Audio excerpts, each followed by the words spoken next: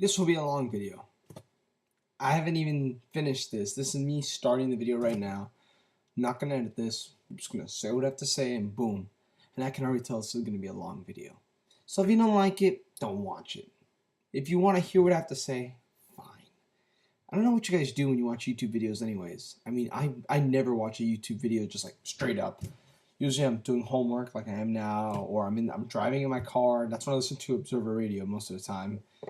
I never ever am really like just sometimes when I see shows where the commentary is just trash and I really don't want to hear it and the crowds are dead, I sometimes pull up a YouTube video and listen to it while I watch the wrestling. I never ever just flat out watch a video. So whatever you guys do, that's fine. But I myself wouldn't be able to sit 40 minutes to a video just straight up. I'd be doing something else. So if you want to watch this, fine. Because I want to do my 9th anniversary show preview, and I want to mix in the top 100 matches because I haven't finished yet. The next All Sides of the Wrestling World is coming up, which will include these four. It will include Cyanide, Way of the Ronin, Untouchable, and the show I attended, Final Battle. And a WCW pay-per-view, faux show. And I also want to throw in Against All Odds, which is what I'm waiting on. I still haven't seen Against All Odds yet. I've kind of been pushing it to the side. But that video is coming in a while. I'm a Ring of Honor fan. That's why this video might be long. If I feel my 9th anniversary show stuff goes too long, I'll just cut it off there. But we'll see. I'm a Ring of Honor fan. I love this company. I've been with this company for 2.5 years now. Maybe a little longer. I've enjoyed this company very much so. And I've been a big fan. I have most of their shows. I love this company. But because I love this company, I feel that it's fair for me to make criticisms about this company. I'm never shy about being very vocal about Ring of Honor, about what I dislike about the company. I made a video a while back saying the stuff I didn't like about Ring of Honor, which included the Pick 6, the Embassy, and the Tag Division. And they fixed all that. They fucking got rid of everybody in the Embassy except for Prince Nana, who now is bringing in Tommaso Ciampa, or whatever is actually Robert Emmons, I think. That guy's really good. I know a lot about him, so that's good. They abolished the Pick 6 without even saying anything. That's good. And the tag division, the world's greatest tag team, Bravado Brothers, Colt and O'Reilly, they've brought a lot more teams. The tag team division feels more important. So that's improved. Boom. Everything's good and fine in the world. LV, I hold in high regard. I respect very much so in this community. He made a video a while back in Glory by Honor saying basically what he thought were his gripes with the show. He said he gave the same instruction now I'm giving. He was a fan, he loves the product, but here's his problems and why. And Trademark, he just did his preview video, which I thought was a great video, by the way. Go check it out if you can. And he mentioned his problems with it. And it got me thinking, there really isn't that much of a buzz about this pay-per-view. There really isn't. Usually for every Ring of Honor pay-per-view, you'll see preview videos weeks in advance. You'd see people hyping the show up. But really, there is none. And I think there's a good reason for that. I'm saying it now. Alright. Usually for every pay-per-view, there's a certain draw. There's a certain match that, oh my god, you have to see it. I mean, yes, most of the time the cards are usually stacked. But there always is that one match that we just have to see. Like in the last pay-per-view, it was Steen and Generico. For Glory by Honor, it was the Kings of Wrestling versus the world's greatest tag team. For the Big Bang, it was that triple threat that they kept building up. For Death for Dishonor, it was finally seeing Tyler Davey. It doesn't always have to be the main event, because that wasn't the case in Glory by Honor, but it usually is. And even when it's not the main event, they sometimes have this another big match as the draw. This pay-per-view, there really isn't one. Yes, I know, before you guys go crazy on me, World's Greatest Tag Team and Briscoes. Yes, that match, that was the first match they announced, and they promoted it like a dream match. But they haven't really built it like a dream match. I feel if this is the draw of your pay-per-view, it should feel like the most important match on the show, like the matches I mentioned did. This doesn't really. This match feels like the 4th most important match on the show. I mean, they showed like little vignettes here on HDNet. They've teased gripes between these two teams, but really, it doesn't feel. I really don't feel they've built it like this big match I have to see. I mean, I think the match is going to be very good to great, and I think those guys are going to deliver, but I really don't feel that this match doesn't feel like that big of a deal to me. Like the Kings of Wrestling World's Greatest Tag Team in Glory of Honor, that felt like a big deal. That felt like much more of a big deal than this match did. They promoted the Kevin Cena El Generico. That match felt like a big deal. This match doesn't really feel that much of a big deal. I mean, it feels like I know it's going to be great, but I don't know. It's just not that much hype behind it. And really, I have a lot of gripes with the card, and I'll get to those now. First off, I'll go like trademarked it. I'll go in order. The Four Corner Survival. I actually do not mind this match because Mike Bennett needs to be on pay-per-view. I'm sorry. They've invested so much stock into this guy. They've put a lot of promo time behind this guy. It's clear they have plans for him. He needs to be on the pay-per-view. That's done. Same with Michael Elgin. They both have to be on the pay-per-view. And they're teasing a confrontation between Mike Bennett and Steve Corino if you've seen the HDNet spoilers. So this is good. I'm fine with this. Sarah Del Rey Mischief. Also fine with this. I love Mischief. Her 10-minute matches are so much like, I don't know what it is. Maybe because she's a better storyteller. I don't want to go out and say that. But Mischief, I don't know. She brings something to the table that Daisy Hayes and Del Rey do not. I'm not saying she's better than them, but she brings something to the table they're not. Maybe it's her gimmick. I don't know. I'm fine with that too. Michael Elgin versus El Generico. I will wholeheartedly agree that this was completely thrown out of left field. And for a DVD, that's fine. For a pay-per-view, that's not fine. I am sorry. If you go to almost every single pay-per-view they've done, almost every single match had some sort of reason behind it. Whether it be look at Final Battle. Here, like we had Cole and O'Reilly versus Express. They had several matches before. They had a match they have canceled in Toronto. It made sense. Cabana Perkins. Cabana wanted to fight well-established wrestlers all over the world. And as far as technical wrestling goes, Perkins is considered to be a world-renowned wrestler. They brought him in. Kong and Daisy Hayes for Del Rey and Deeb. They built it on the TV show. Eddie Edwards, well, that was kind of a last-minute thing. Eddie Edwards Omega kind of felt more like a bigger deal because those guys are kind of like the two top upper mid-carders, I would say, in Ring of Honor. And they replaced it with that, so I can't really defend that. But it shouldn't have been like that. Daniels and Homicide, they built it like the two ROH legends. They built it on the TV show, too, for like a few episodes. You could see tension between these two when they were chasing for the title. Kings of Wrestling, duh. Davey Roddy, duh. Steve Generico, duh. So even like the undercard matches like Cabana Perkins, Honor Express, Roddy and Colt, they have a rhyme or reason for being there. You go to Glory Banner, the Embassy match, that had a reason for being there. The Briscoes All Night Express feud, that had a reason for being there. Literally, Michael Elgin versus El Generico is out of nowhere. And I really don't have that much of a problem with it because I do feel that Elgin needs to be on the pay-per-view, and I like that he's going to get to work with Generico. And I think that match is going to be pretty good. But I just, they do this on the DVD all the time, and that's fine. You can do it on a DVD. Don't do it on a pay-per-view.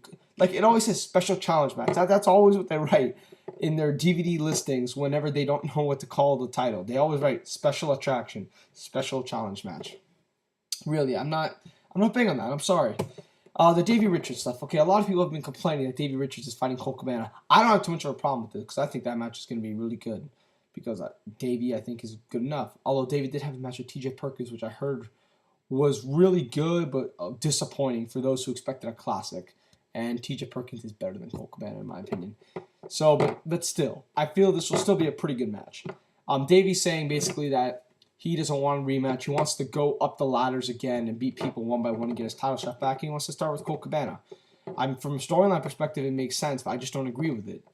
They just kind of mention it on the TV show. I mean, there is a rhyme or reason for it being there, but I wasn't a big fan of how they kind of put this together. I felt they could have done this. I mean, I get that Davey wasn't supposed to be in the Louisville tapings because they didn't want to put him on the show because they didn't want to. A, I think he was in New Japan. Yeah, he was in New Japan. And B, they didn't want to have to spoil the result of whether or not he won the title from Roddy because the Louisville tapings happened before Final Battle.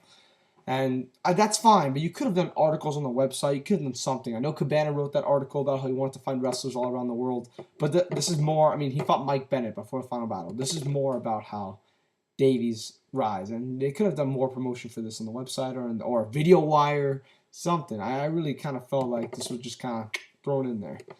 The Briscoe's World's Greatest Tag Team, I've said my piece with this. I think the match is going to be really good to great. I think people are kind of overrating it. I think because, well, it does say dream tag match. Like I said, it doesn't feel that important. It doesn't feel as special as the Kings of Wrestling World's Greatest Tag Team match is. And I feel like on a show like this, you kind of need to like throw that importance in there. Daniels and Edwards. Some people have said I'm crazy. I personally think this is going to be the best match on the show. I thought these guys had great chemistry. That to me is the second best Daniels match in Ring of Honor. And I'm very close to saying second best match, second best singles match Daniels has had in Ring of Honor. ever.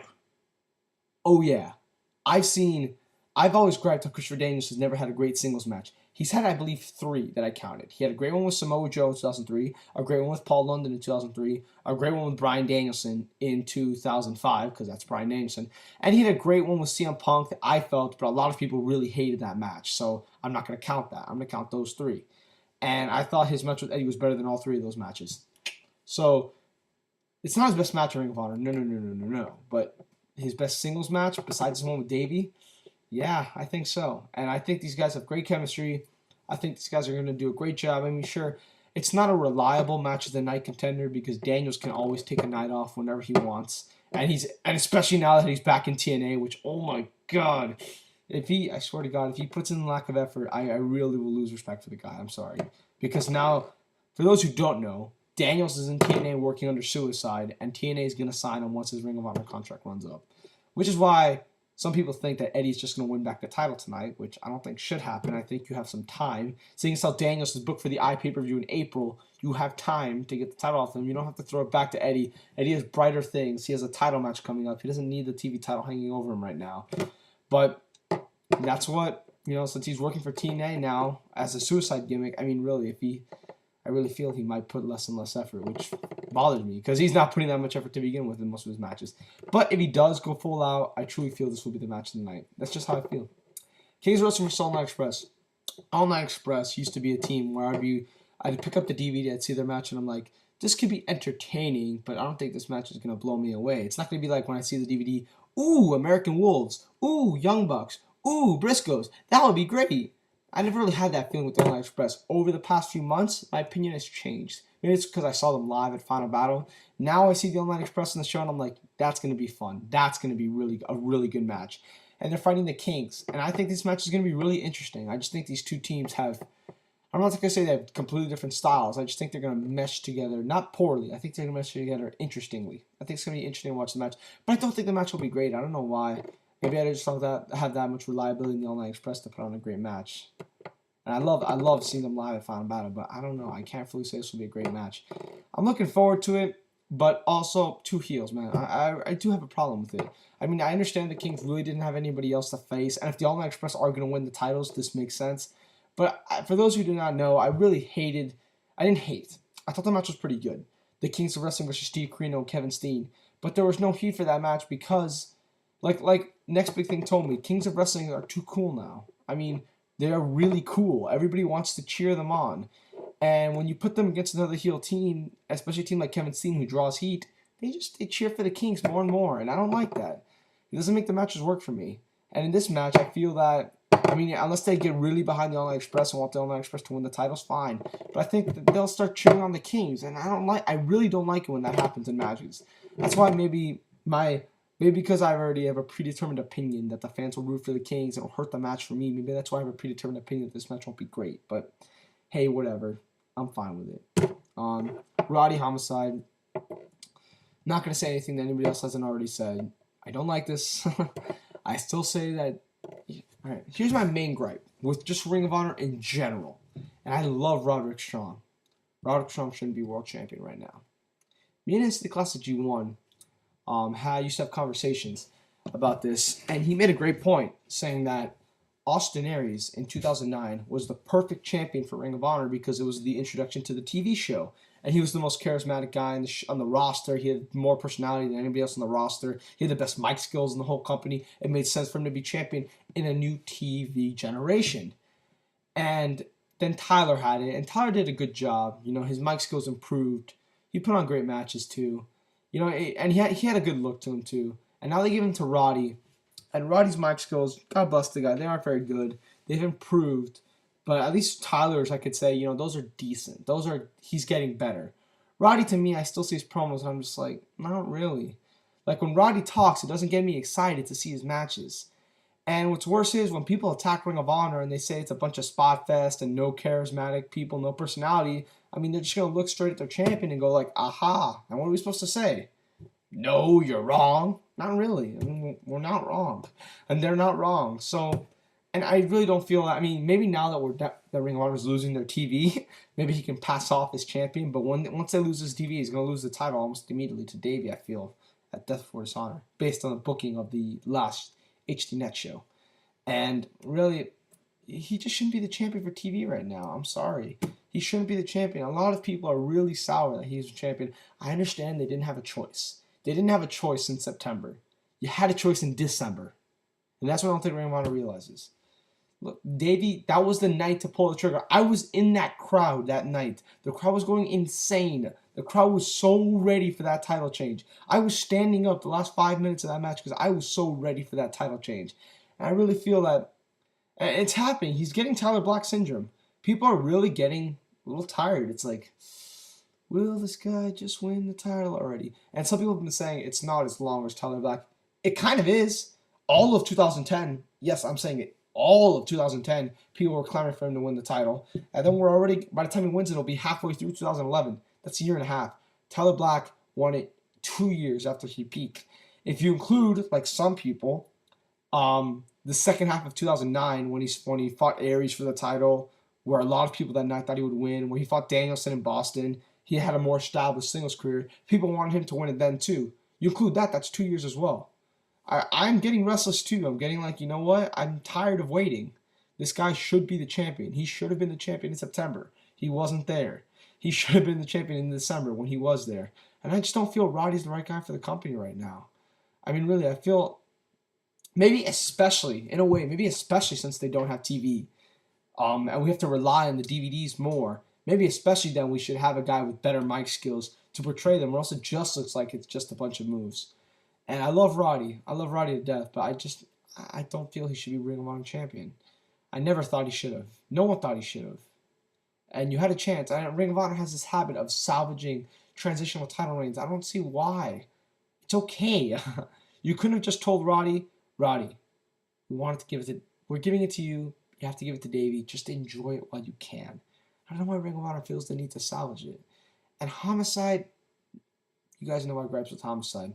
I will admit, Street Fight helps. Yes, it does. For those who saw Homicide's match with Jon Moxley and Homicide's match with the Necro Butcher, which the more I think about it, might actually have been his best match in Ring of Honor so far, which is kind of scary.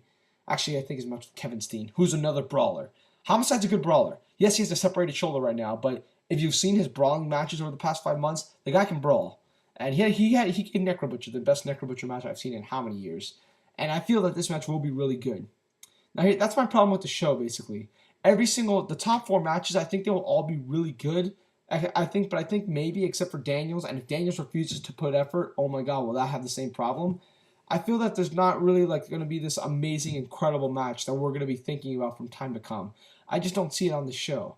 And I feel that it's just going to have a bunch of really good matches and a good undercard. And to me, that could equal a great show in a way, but at the same time, I think Ring of Honor holds itself to a certain standard that not having that memorable classic could hurt the show.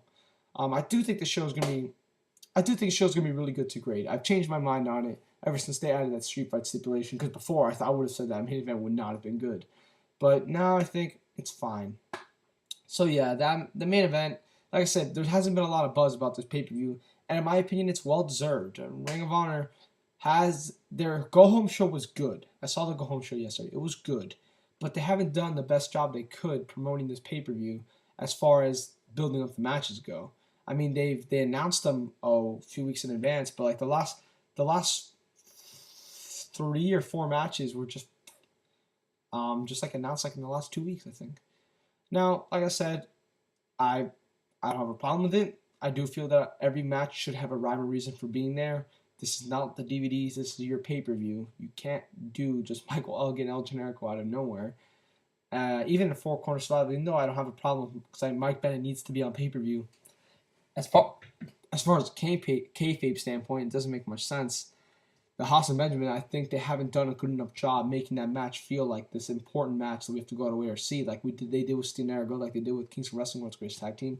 Daniels Edwards, I think, can be great, but if Eddie wins the title, which I wouldn't like, and if Daniels doesn't get effort, that could leave me with a bad taste in my mouth.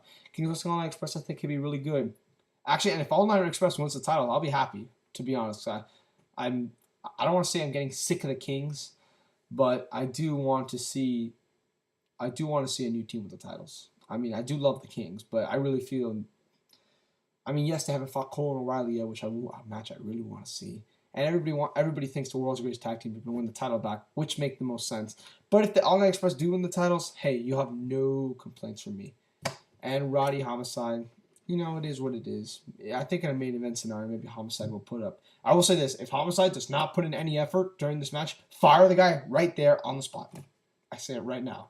Fucking main event of an pay-per-view. That guy does not give you any effort whatsoever. He gives you his lazy attitude towards the ring. Fire him right there. I don't give a shit. Fire him. I love the guy, but he shouldn't be in the company if he's going to perform that way. But I trust him. I don't think he will do that. So yeah, that's 9th anniversary show. I do recommend ordering it. It's only $15. I will say this. I think WWE will put on a better pay-per-view than Ring of Honor this month, which is a shocker. But I do recommend ordering it because it is $15. It could be a really great show. If everything goes right, if the last 4 matches are great, this could be a great show. But I really don't feel it'll be that way. But I still give it my recommendation. So pop down your $15. And yeah, I have problems with it, but I'm a fan. I'm still going to watch it. So we'll see.